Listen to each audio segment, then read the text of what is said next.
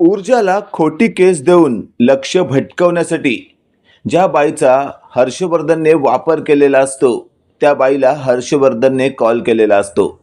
हर्षवर्धन म्हणत असतो, हे बघ मी काय सांगतोय ते नीट ऐक. माझी ती सून ऊर्जा खूपच हुशार आहे, त्यामुळे तुझ्याकडनं एकही चूक होता कामा नये. जर चुकूनही तुझ्याकडनं एक जरी चूक झाली ना, तर मात्र लक्षात ठेव, वाट लावून टाकीन तुझी. त्यावर ती बाई म्हणत असते, अहो साहेब नका काळजी करू, याआधी मी अशा अनेक कामांमध्ये एक्सपर्ट राहिली आहे. हे वाक्य ऐकल्यावर हर्षवर्धन म्हणत असतो, स्वतः जास्त कॉन्फिडन्स असल्यासारखं वागू नको, नाहीतर हाच कॉन्फिडन्स तुझी माती करेल. अशातच ती बाई म्हणत असते, आता तुम्ही फोन केलाय ना, कामाचं बोला. हर्षवर्धन म्हणत असतो, आज मी तुला असे काही पेपर्स देणार आहे, जे पेपर्स तू तिला फोन करून मॅडम घ्यायला या असं म्हणायचं आणि तिला त्या ठिकाणी गुंतवून ठेवायचं. त्यावर ती बाई म्हणत असते, याने काय होणार आहे? त्यावर हर्षवर्धन म्हणत असतो, जितकं सांगितलंय तितकंच करायचं, जास्त डोकं चालवायचं नाही. आता या बाईच्या लक्षात आलेलं असतं की आपल्याला एक्झॅक्ट काय करायचं आहे. ती बाई म्हणत असते, साहेब फोन ठेवा, मी बरोबर काम करते. हर्षवर्धनने फोन ठेवलेला असतो. तेवढ्यात मागून शौर्य आलेला असतो. हर्षवर्धन म्हणत असतो, तू माझ्या मागे काय करतोयस? त्यावेळेला शौर्य म्हणत असतो, डॅड मी आत्ताच आलोय. हर्षवर्धन स्वतःशी बोलत असतो, नशीब मी काय बोललो ते याने ऐकलेलं नाहीये. शौर्य म्हणत असतो, डॅड मला सांगा, कोणतं महत्त्वाचं काम असेल तर मी करतो. त्यावर हर्षवर्धन म्हणत असतो, महत्त्वाचं काम तर आहे. हे बघ, मी तुला परवाच एका महत्त्वाच्या केसवर काम करायला सांगितलं होतं, त्याचं काय झालं? त्यावर शौर्य म्हणत असतो, डॅड ते पूर्ण केलंय मी.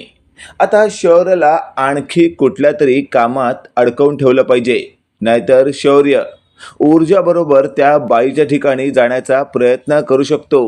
त्यामुळे हर्षवर्धनने शौर्यच्या हातात एक वेगळीच फाईल दिलेली असते. हर्षवर्धन म्हणत असतो, हे बघ याच्यात पुरावे आहेत आणि काही कागदपत्र उलटसुलट झाली आहेत, त्याला तुला व्यवस्थित करायचं आहे. शौर्य म्हणत असतो, डॅड हे काम तर कोणीही करू शकतं, द्या ना, कृपेशला द्या.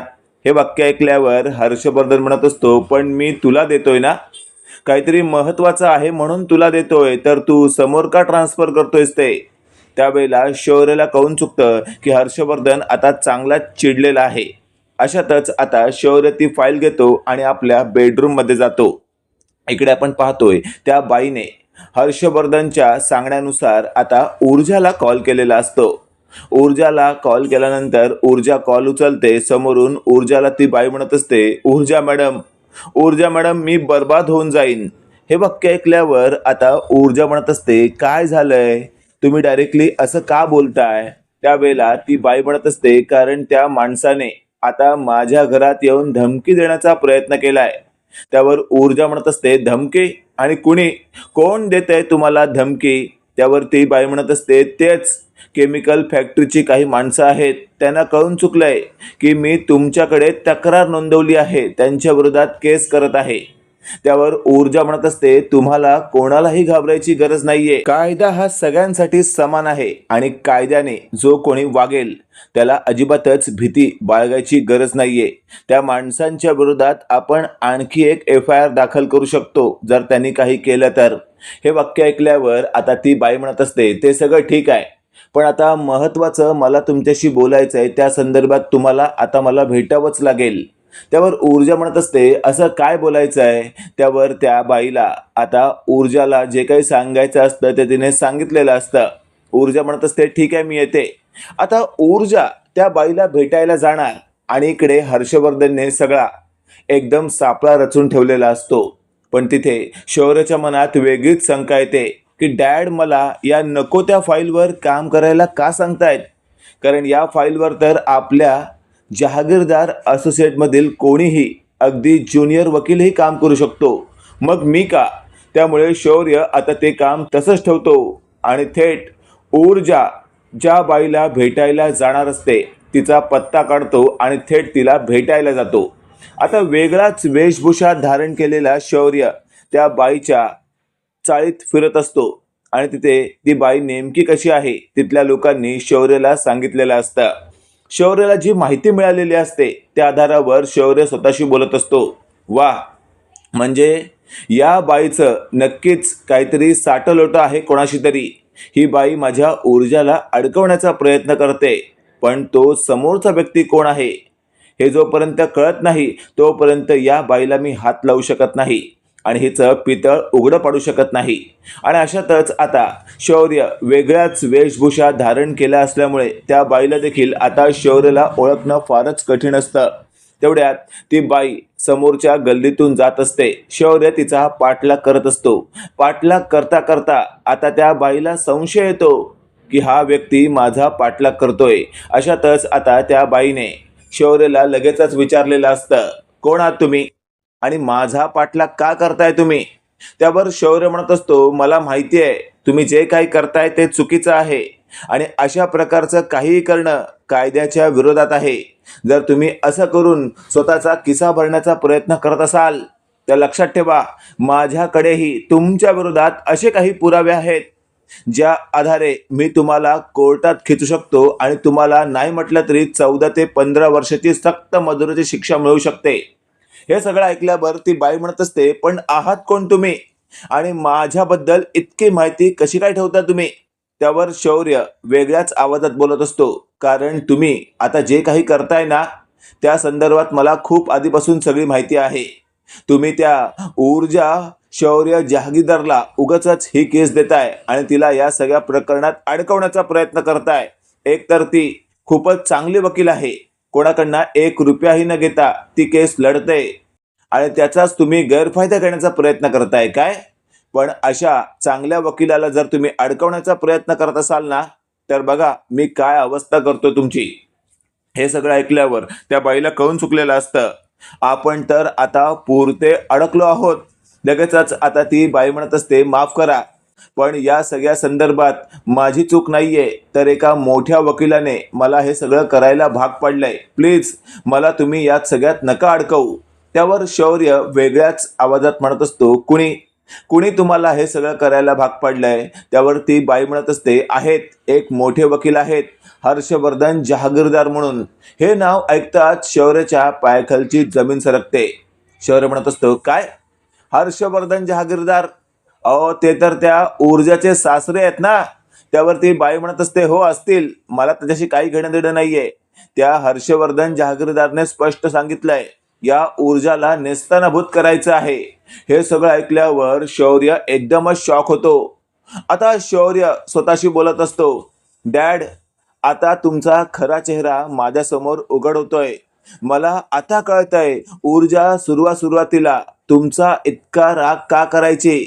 म्हणजे ऊर्जाच्या वडिलांचाही तुम्ही अशाच प्रकारे सत्यानाश केला होता आणि त्यानंतर ऊर्जा आतापर्यंत तुमचा जो काही राग करत होती त्याच कारणीभूत फक्त आणि फक्त तुम्ही आहात. आणि अशातच आता त्या बाईला तेवढ्यात हर्षवर्धनचा फोन आलेला असतो. ती बाई लगेचच म्हणत असते, बघा बघा त्या साहेबांचा फोन आहे, आता तुम्हीच सांगा काय करू. त्यावर शौर्य म्हणत असतो, फोन स्पीकरवर करा आणि जसं तुम्ही आधी बोलत होता त्यांच्याशी तसंच बोला. त्यावर त्या बाईने आता फोन स्पीकरवर केलेला असतो. हर्षवर्धन समोरून बोलू लागतो, काय गे तुला जे सांगितलंय ते बरोबर केलंयस ना? आता तुला काय म्हटलं होतं मी, त्या ऊर्जा शिंदेला फोन करायचा आणि लवकरात लवकर बोलून घ्यायचं. त्यावर शौर्य हे सगळं ऐकतो आणखीनच शॉक होतो, कारण शौर्यला कळून चुकलेलं असतं, डॅडचे खायचे दात वेगळे आणि दाखवायचे दात वेगळे आहेत. आणि असाच आता शौर्य त्या बाईला इशाऱ्याने म्हणत असतो, ठीक आहे बोला. ती बाई ही ठीक आहे बोलते आणि मग हर्षवर्धनने फोन ठेवलेला असतो. आता हर्षवर्धनचा खरा चेहरा कुमुदिनी आणि ऊर्जा समोर उघड करण्यासाठी शौर्यने त्या बाईला घेतलेलं असतं आणि फरफटत तिला त्या जहागीरदारांच्या घरात आणलेलं असतं. सरात प्रथम ती बाई जहागीरदारांच्या घरात आल्यानंतर समोरच ऊर्जा असते. ऊर्जा म्हणत असते, ताई तुम्ही? त्यावर शौर्य म्हणत असतो, हो. आणि अशातच आता ती बाई लगेचच म्हणत असते, पण ऊर्जा ताई तुम्ही यांना कसं काय ओळखता?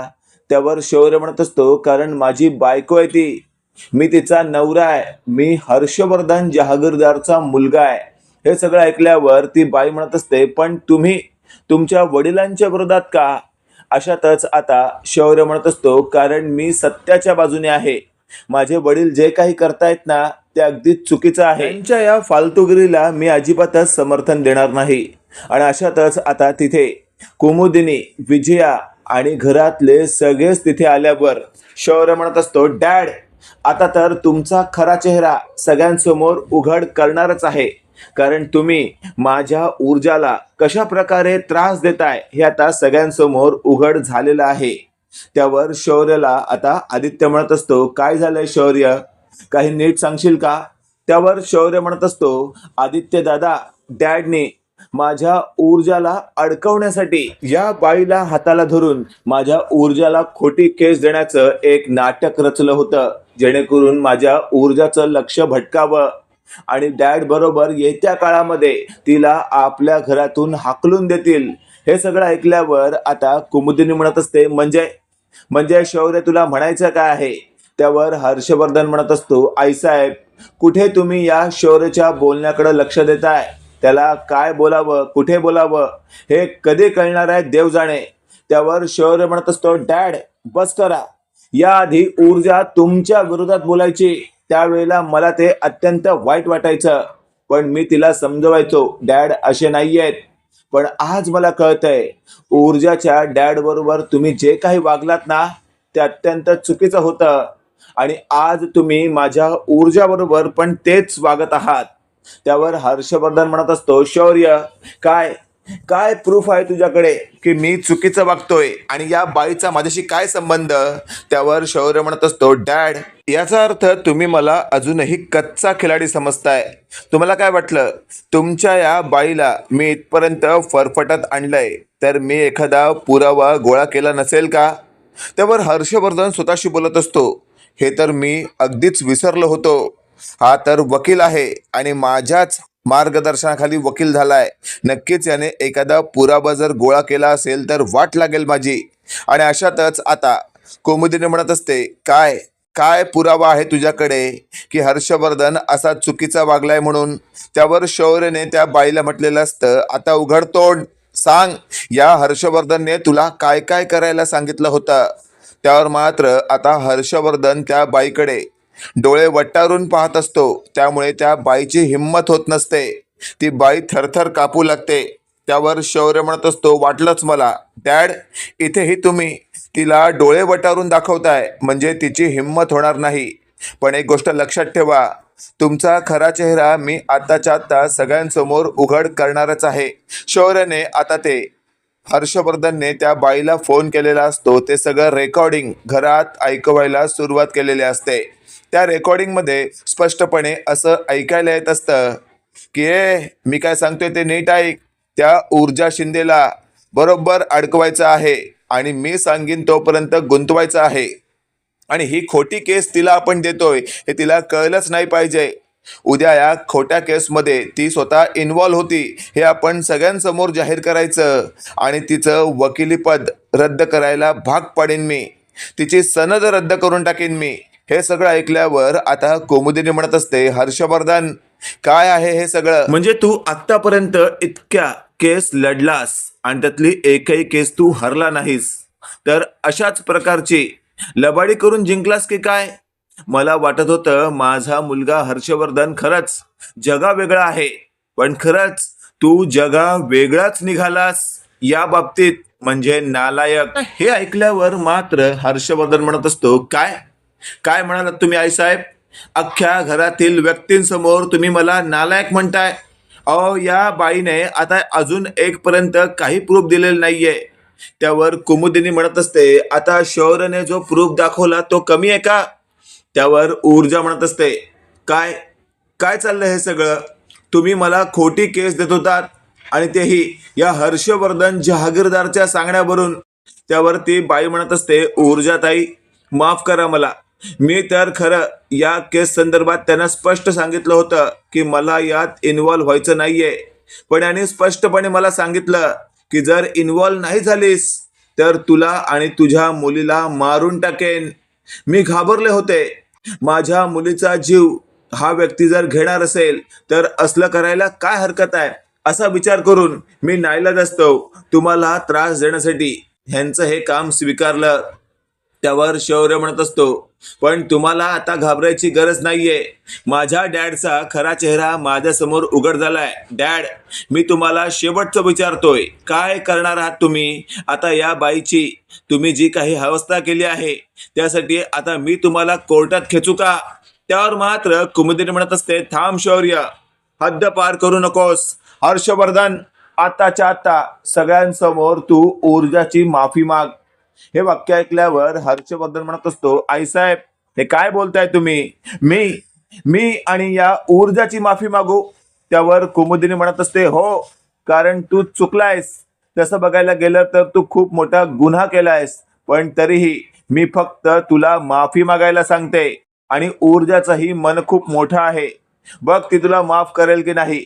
त्यावर हर्षवर्धन म्हणत असतो, अजिबातच नाही, मी या ऊर्जाची माफी मागणार नाही. त्यावर विजयाला आता कुमुदिनी म्हणत असते, बघ विजया, काय तो विचार कर, समजव तुझ्या नवऱ्याला.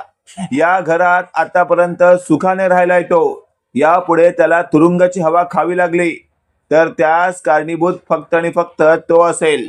हे वाक्य ऐकल्यावर विजया लगेचच आता हर्षवर्धनला म्हणत असते, अहो काय हे, आता तुम्ही तुरुंगात जाणार का? त्यावर हर्षवर्धन म्हणत असतो, कोण पाठवणार आहे मला तुरुंगात?